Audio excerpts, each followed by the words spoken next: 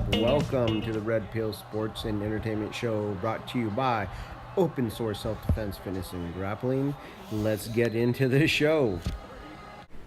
Okay guys, so let's go ahead and get into it. So last time we talked about nutrition, and we talked mostly about the macros of nutrition, meaning, basically calorie count. And then after that, we said that we wanted to talk a little bit this time about micronutrients. And so micronutrients are basically, the essential vitamins and minerals that your body, needs, or, they need the components of to manufacture other things that your body requires to operate at a healthy level. So how we're going to talk about it in this instance is basically to say that the best way we can make sure that we get a good amount of micronutrients is by making sure we're intaking whole foods. Those are foods that are, not as processed as fast food or canned food or boxed food. We're talking stuff like organic or fresh, or maybe flash frozen. We're talking about, maybe if we're talking meat, we're talking pasture raised, things like that. Now, what's going to make the difference is that the minerals and the vitamins aren't going to be basically cooked out or processed out of the food that we're eating. And so basically the basics of nutrition are the best way to address both parts of our nutrition plan, because we talked about addressing macros and we talked about addressing micros. The best strategy that you can start with is by number one, you're going to address your macros by limiting your refined sugar intake. And then you're going to address your micros by trying to make sure that you're eating the most nutritious whole foods that you can. Now, the strategy basically goes like this. So you're basically going to limit your sugar intake. And again, we're not going to ask you to climb Mount Everest here. We're going to ask, that you start taking small changes. You start making small changes, such as if you drink soda, maybe don't drink soda. If you eat candy, start limiting your candy. Start cutting back so that way you can save those calories, the macros, right? So that you can consume food that are high in the micros, the whole foods.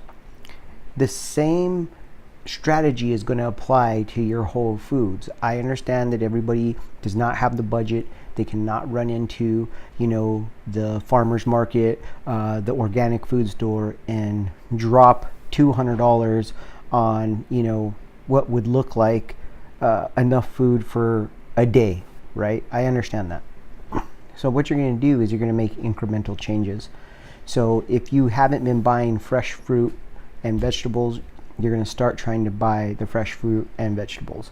If you already doing that, maybe you start moving every once in a while, you start buying organic.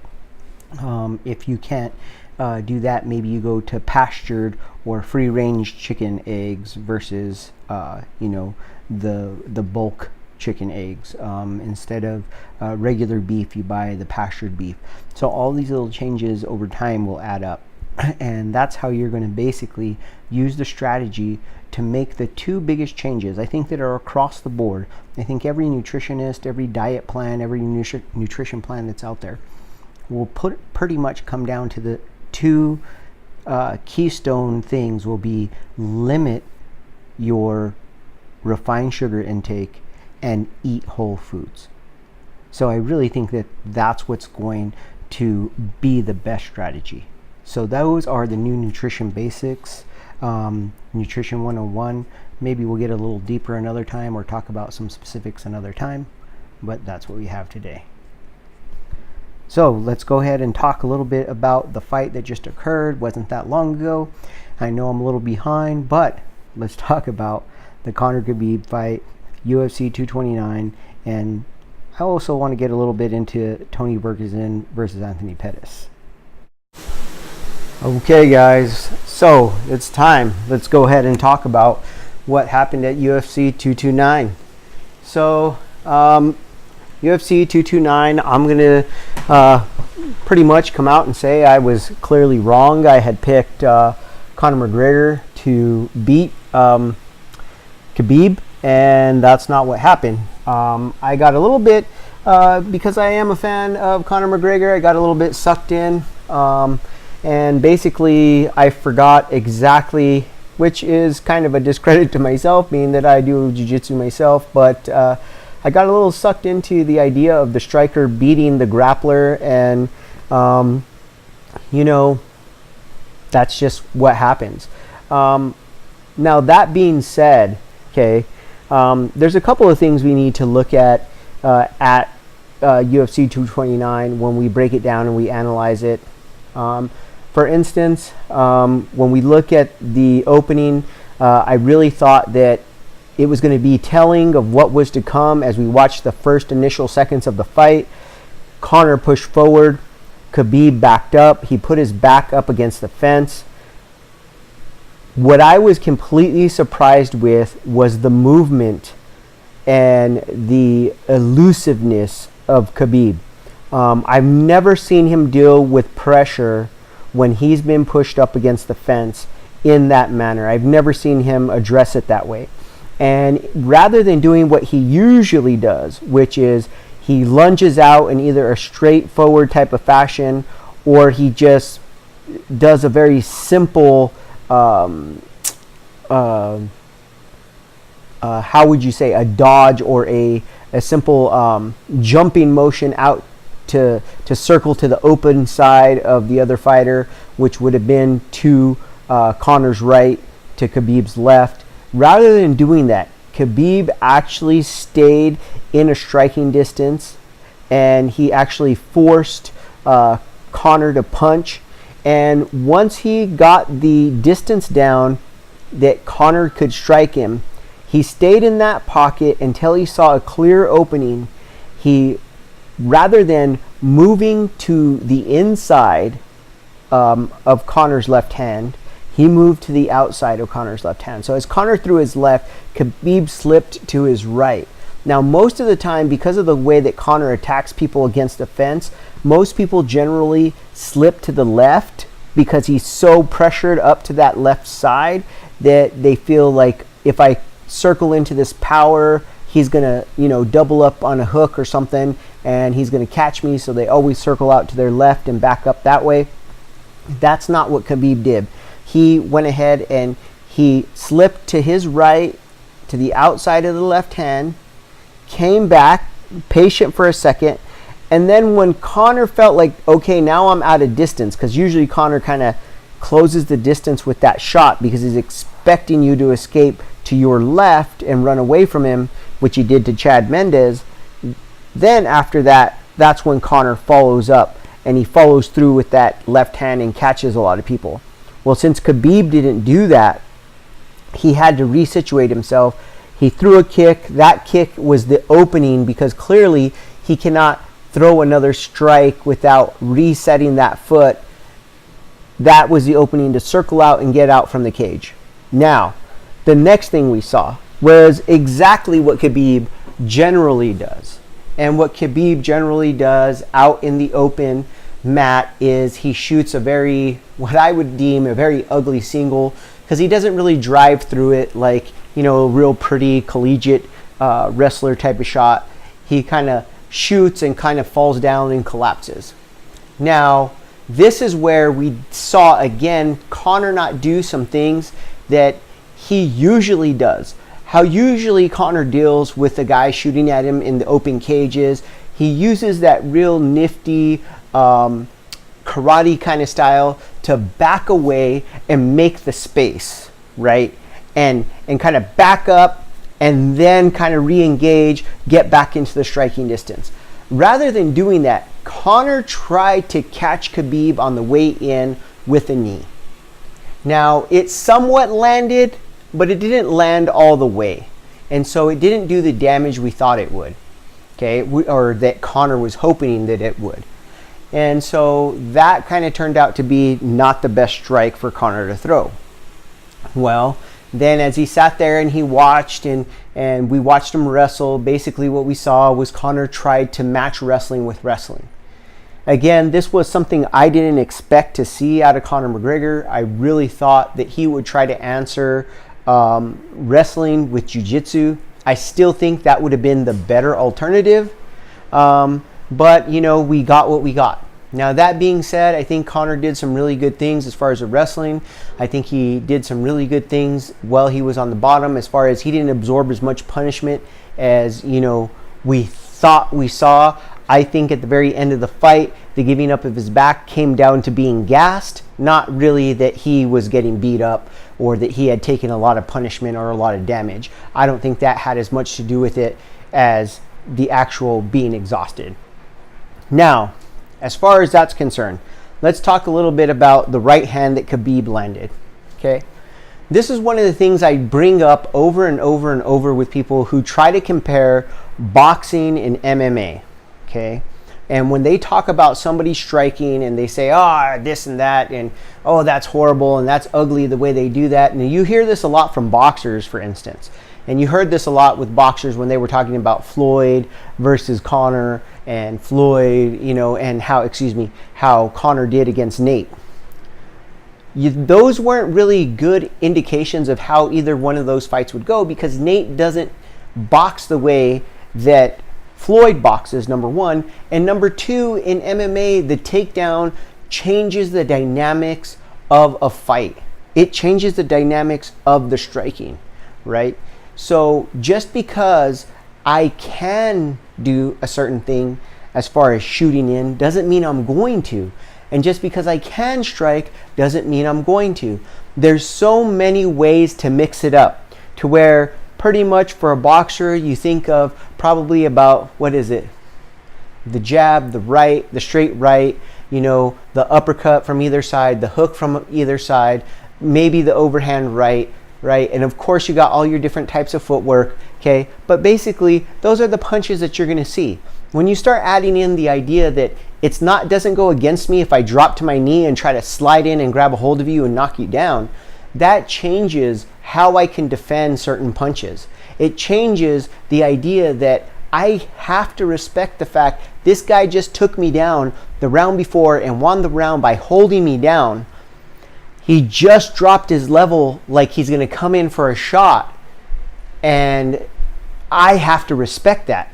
I have to get ready to basically throw in my underhooks and try to stop the takedown. Okay? And then that's when the right hand landed. So very similarly, you saw a very similar thing also in the Holly Holm versus Cyborg fight, where a lot of people think that Cyborg just clearly outstruck her and that was all it was to it. If you watch that fight very, very closely, Holly Holm was selling out on the underhooks, right?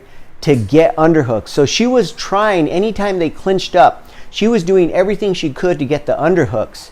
But by doing that, she also allowed Cyborg to have free hands, and that's where she took the bulk of the punishment. So this particular striking exchange with Khabib knocking down Conor, landing that beautiful beautiful looping right hand. The whole reason why that landed and why that worked out was because of the takedown, not because he has beautiful technical understanding of boxing and range and striking. And I think that's very important to understand. So, with all that being said, really quick, I want to address the melee that we saw after the fight. It's disappointing. And the reality is that, yeah, it's disappointing on all parts, but the problem is, and this is where Khabib has to understand is that, number one, okay, this is the United States of America. Okay, this is where the fight was going to be held. This is where the promotion is from. This is where, you know, all of the promotions and press conferences were done. if you don't like freedom of speech, if you don't like the idea that a man can get on the microphone and talk about your religion, whether it be Christianity, Buddhism, Islam, whether they want to talk about Christ or they want to talk about Muhammad, or they want to talk about Buddha, guess what? They can do those things. If they want to talk about your family, your mama, your baby mama's drama, right? They can do that.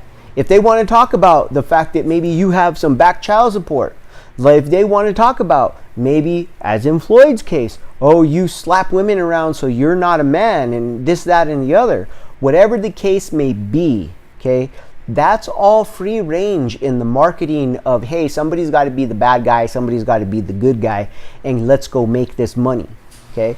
It's freedom of speech. And if you can't handle that, if Khabib cannot handle that, I don't think moving to Bellator is going to help. That's not going to help, because what people are going to know now is, oh, that's his soft spot. Now I know I can get in his head. The idea isn't whether or not I can get in his head. I can get into his head. Now that I have that strategy down, now I have to understand how to exploit it inside the cage, because that's utterly ridiculous. So that's first and foremost point. Second point, Khabib and his guys were wrong. Okay? Conor, not as much, and this is why. Not because I'm a Conor fan. Okay? It's because Khabib went over the fence when he wasn't supposed to. Because Conor was where he was supposed to be. He was supposed to be inside the octagon. He was inside the octagon. Those guys were told, both camps were briefed, because they knew this was a contentious fight, that nobody goes into the octagon. That Dana would go in, and then he would say who could and couldn't come into the octagon from there. That was what it was supposed to be. Khabib decided that he wanted to jump the fence and go after Dillon Danis for whatever reason. Now, as far as Dillon Danis is concerned, you know what? I don't care what he did or he didn't say, right? Again, comes down to, this is the United States of America. Don't tell me about the lines, okay? If you don't like freedom of speech, then maybe you shouldn't be fighting here. If you can't deal with that, then maybe you should not be fighting here. Because the long and the short is that people are going to say nasty, dirty things. And then here's my last point. All of these fake, hypocritical fighters, okay, and fake, hypocritical analysts, okay, that were cashing their monster checks as Conor McGregor, through all of his trash talk, through all of his marketing, okay, has propped up card after card after card, gone out there, marketed and sold these fights and hyped them up and got people to buy these pay-per-views. Not a single one of those fighters that fought on his undercard at any time made good money because, okay, guess what? Everybody's watching. This is a good marketing strategy for me. They were fighting to get on his undercards. All those hypocrites really need to shut their mouth, because nobody was complaining when they were cashing that check. And as much as Khabib, you know, people say, oh, well, look at, he's saying he doesn't want the money. Yeah. It's easy to say when you know you're still going to get paid. He knows damn good and well that he's going to get his money. So let's stop pretending like he's not going to get his money. He's going to get his money. He knows he's going to get his money. So it's easy to say that. What I want to hear Khabib say is tell me and tell the American people how sorry he is that he lost his mind, and that he thinks for some reason that, you know, we as Americans and people in America have to watch their mouth because of his religion and his family. Like it's marketing. He needs to apologize to UFC that he didn't help market this fight, and basically he went into a psychological shell so that he wouldn't have to deal with the marketing of this fight. He talked so little trash. He helped market and sell this fight so little, okay? But yet he wants his pay, and he's going to take his pay. So it's really not fair. And that's what I have to say about that. But now, let's move on to who I consider to be the real champ at 155, because he has never lost his belt. He was scheduled and did fight for the title, and that is Tony El Cucuy Ferguson. Man, this guy's a beast. This guy is a beast. And it doesn't surprise me if Khabib decides not to fight him, and I'll explain to you guys exactly why. Okay, I think that Tony Ferguson is the worst matchup. He's a bad matchup for either Conor or Khabib. And the reason why he's a bad matchup for Conor is because, to me, he's a stronger, harder hitting, more jiu-jitsu utilizing Nate Diaz. Okay, I think that he hits harder than Nate Diaz. I think he has cardio like Nate Diaz. I think he has awkward style of striking like Nate Diaz. I think his distancing is much different. He's not afraid to go to the ground. He's not afraid to take you to the ground. Okay, he will finish the fight anywhere, right?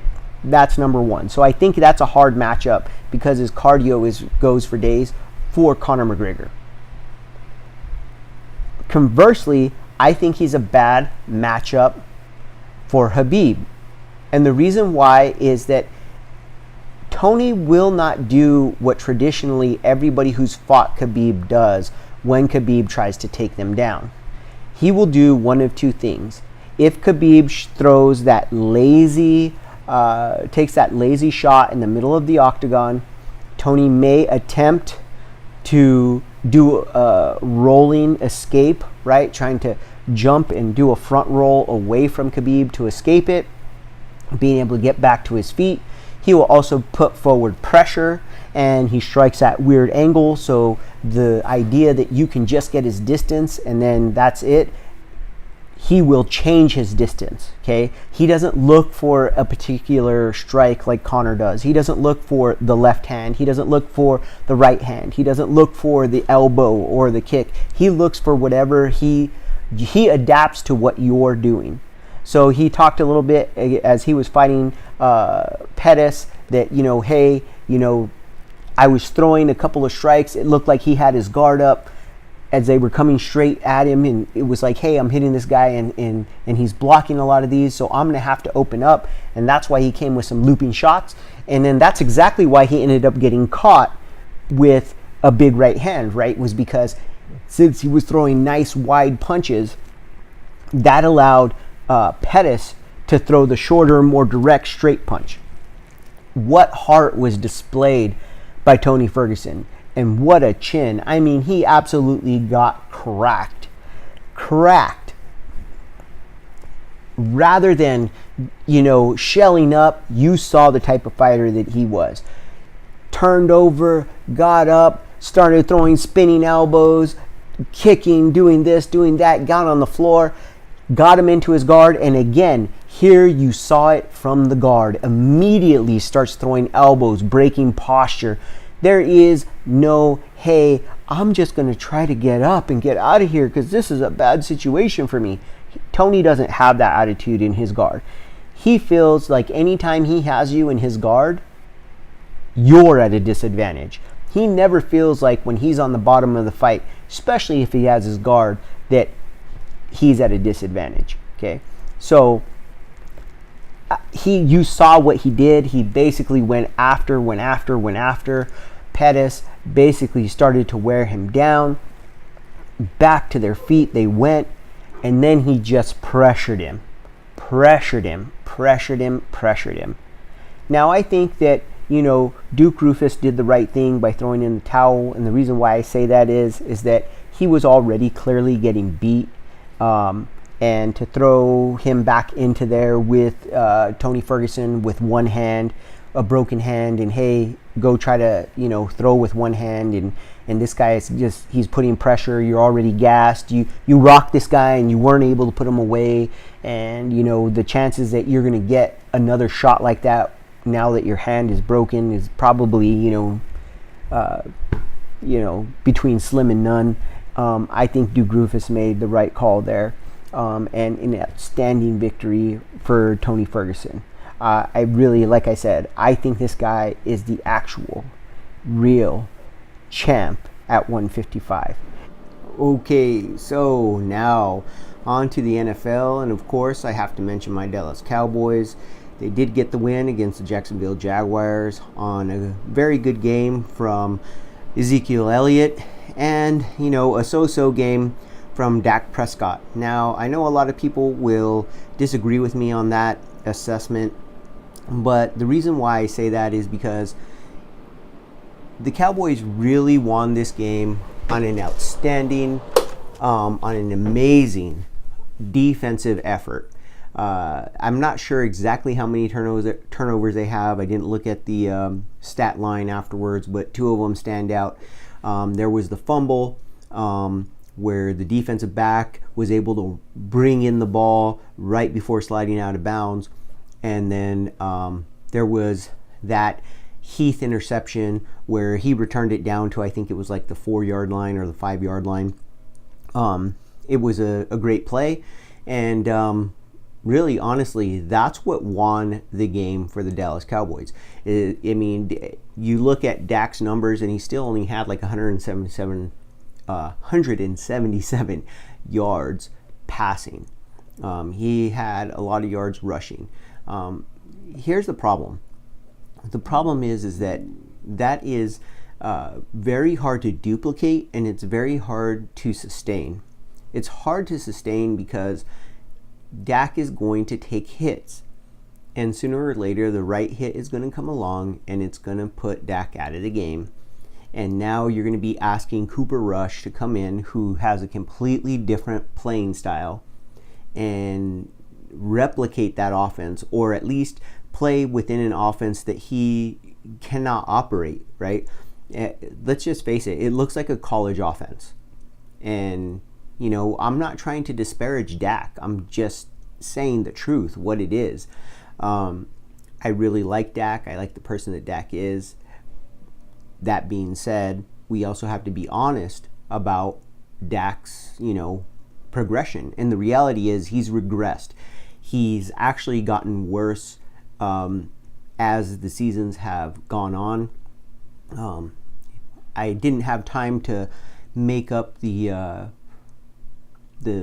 figure to include it here in the video, but you know, if you look at his quarterback rating at 20 yards and beyond passing, he had something like 105 rating in his rookie year. It dropped down to like a 90 or 80 something, 88%. And now this year it's down to like 82, 83%.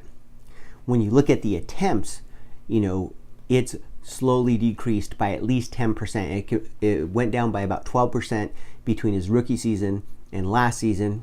And this season, it's on pace to drop another 12%. Okay? So that means that they're throwing the ball down the field less and less often. Now, a lot of people think, well, what does it matter? What does it matter? Well, how it matters is defenses can now cheat. They can stack the box. If you're a primarily running defense in the NFL, the difference between college and NFL, the reason why it doesn't necessarily work, the college offense, is that everybody on the field is fast. I mean, I think the punters and kickers are probably faster than a lot of the college players. I mean, if we're being honest, I mean, you have linemen in the NFL that could probably outpace some Division I linebackers in just a flat out sprint. And if you give them an angle to catch somebody, they're going to catch that person. So I just think it's an unsustainable offense. I'm not really happy with what I'm seeing out of the Dallas Cowboys, but, you know, a win's a win. So, you know, be happy, celebrate it, and yes, move on. In other NFL news, we had the Kansas City Chiefs facing, you know, the New England Patriots, and this was supposed to be the game where, you know, Tom Brady was supposed to hand over the keys and the GOAT status to Mahomes, and well, I guess Tommy Boy had a whole different idea. You saw what the difference is between a lot of these younger quarterbacks and a very, very wise and experienced quarterback. Tom never broke a sweat. He didn't worry about, you know, the other things that were going on the other side of the ball. He didn't get frustrated. He could have very easily gotten frustrated with the defense giving up the early lead. He didn't. He knew if he got the ball back with time on the clock, he knew what he could do. And in true Brady fashion, He took the ball down the field and he gave Mahomes and the Kansas City Chiefs their first loss of the season. Everybody who's in Kansas City's division, and probably everybody in, the conference, should be happy, because that loss actually keeps everybody still in the game. If Kansas City had won that game, that's a little over a third of the season, and they hadn't lost yet.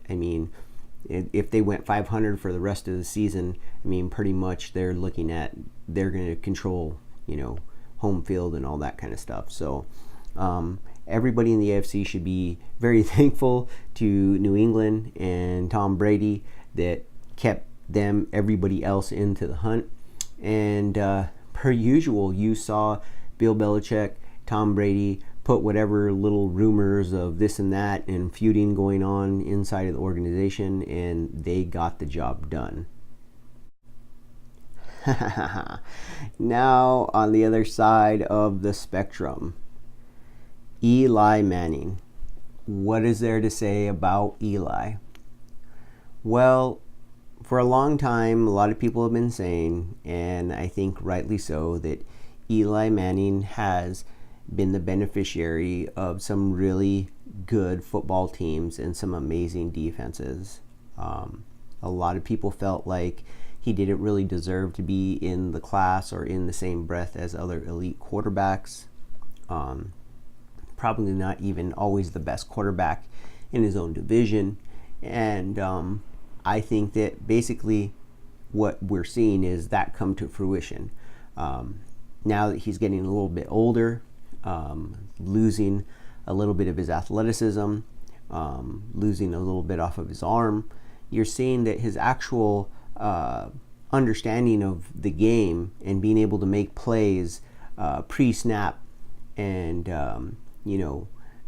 through basically being sly rather than necessarily always being the strongest or the fastest is not anywhere comparable to the other quarterbacks that were the Super Bowl or have Super Bowl rings in his same era. I just at this point I don't think you can put him anywhere close to Tom Brady. You cannot put him anywhere close to his brother Peyton. You can't put him anywhere close in the same breath as Roethlisberger, Drew Brees. Everybody knows I'm not a huge fan of Aaron Rodgers, but he isn't on that level either. And Aaron Rodgers only has one Super Bowl ring, right? And, Eli, I understand people trying to go after Odell because I know, the outspoken, showboaty wide receiver isn't supposed to say things. But here's the reality. The reality is they have put a lot of help around Eli Manning, and he is just not performing. He just is not. He's not utilizing his weapons, and maybe it's a coaching issue. I guess it could possibly be a coaching issue, but I don't think that's what it is. I just think that Father Time has caught up to Eli, and now his football IQ is just not high enough for him to continue to make plays. Now that Father Time is zapping some of his physical attributes, which brings us into the next topic, which is we were thinking maybe Dallas would be the only one looking for a quarterback in the draft given how Dak's been performing, but now it looks like the Giants might be looking for a quarterback, and they might have a better pick, a better draft status than the Cowboys. So with that being said, that brings us to two quarterbacks that I believe are probably, the quarterbacks that most people are going to be looking at coming into this next draft, depending on whether or not they both declare. One of them, that's the quarterback out of Oregon. I believe his name is Hebert. Watch this last game he played this last weekend. I'm going to be really, really honest. I heard all the hype about this guy. I heard that, he's probably the best quarterback in the last 2 years that'll be coming into the draft. And I heard that, he was probably better than the top 3 quarterbacks that were drafted this past draft. And Rosen and Allen and Baker Mayfield, that he was probably actually better. Heard all these great things about him, all the hype. Watched his game this weekend, and I'm going to be honest, I was not impressed. I wasn't impressed at all. He made some really errant throws. He tried to force balls, I think into double and triple coverage a couple times. And maybe that just was, the other team just being really, really ready for him. But I just was not impressed with, the decision making, right? I mean, because when it comes to playing quarterback in the NFL, the biggest part of that is learning to basically make the right decision, to not get greedy, to not force the ball, to trust your arm, but not be overconfident in your arm, right? Which brings us into the other quarterback that I also watched. And I think that he may get some looks with the way that he's been fitting in very, very nicely with Jim Harbaugh and with the way that he's been running the offense, because it does look like some of the offenses that are being run right now in the NFL, namely that you see up in Seattle, what you saw Harbaugh run in San Francisco, what you see the Dallas Cowboys trying to do with Dak, what you see the Carolina Panthers doing, right? It's very similar, even a little bit with Baker Mayfield, what they're doing with Baker Mayfield to get him off to a good start, okay? So, and that's Shay Patterson. He's looked really, really good. He's the best part about it when I watch him play is that other than that, kind of they were a little bit off in that opener at Notre Dame. Besides that, every time I've watched him play, he makes good decisions with the football. Okay? He takes care of the football. He makes smart decisions. His arm is not the greatest, but it's also not weak, right? I would say he has, NFL level strength in his arm. And, I really like his athleticism as well. He can move in the pocket. He does move around well. He also looks down the field. There was a couple times where things were breaking down and he still kept his eyes up the field as he scrambled out of the pocket, which I like, okay? There was some designed run for him as well, which he did really, really well, where we were able to see the wheels he has. And, I really feel like, more and more as we get closer and closer, especially depending on how Michigan finishes up the season, there's a good chance that he may declare and he may be in the draft. And he may be getting a lot of attention from NFL scouts. Because like I said, he looks good as far as the decisions he's making with the football. So, I don't know. Maybe, possibly, depending on whether or not, an NFL team is interested, we may even see some kind of backroom package deal where maybe Harbaugh, if he accomplishes, what he thinks he wants to at Michigan, maybe he's interested in coming back to the NFL, and maybe he brings his young quarterback with him. But I don't know. We'll see. I mean, that's purely speculation. Actually, a little bit of hopeful speculation on my part, thinking it'd be great to see him in Dallas with Shay Patterson. I really think that that'd be awesome. And I think they could get a lot done in the Big D if they came in as a package deal. All right, guys. Well, that's the show for today. Thank you so much for joining us. There's some other things I wanted to get to, but maybe we'll start doing smaller shows so that we can do more topics and more shows per week. All right, guys, we'll catch you later. Remember, be practical, be purposeful, get fit with a purpose.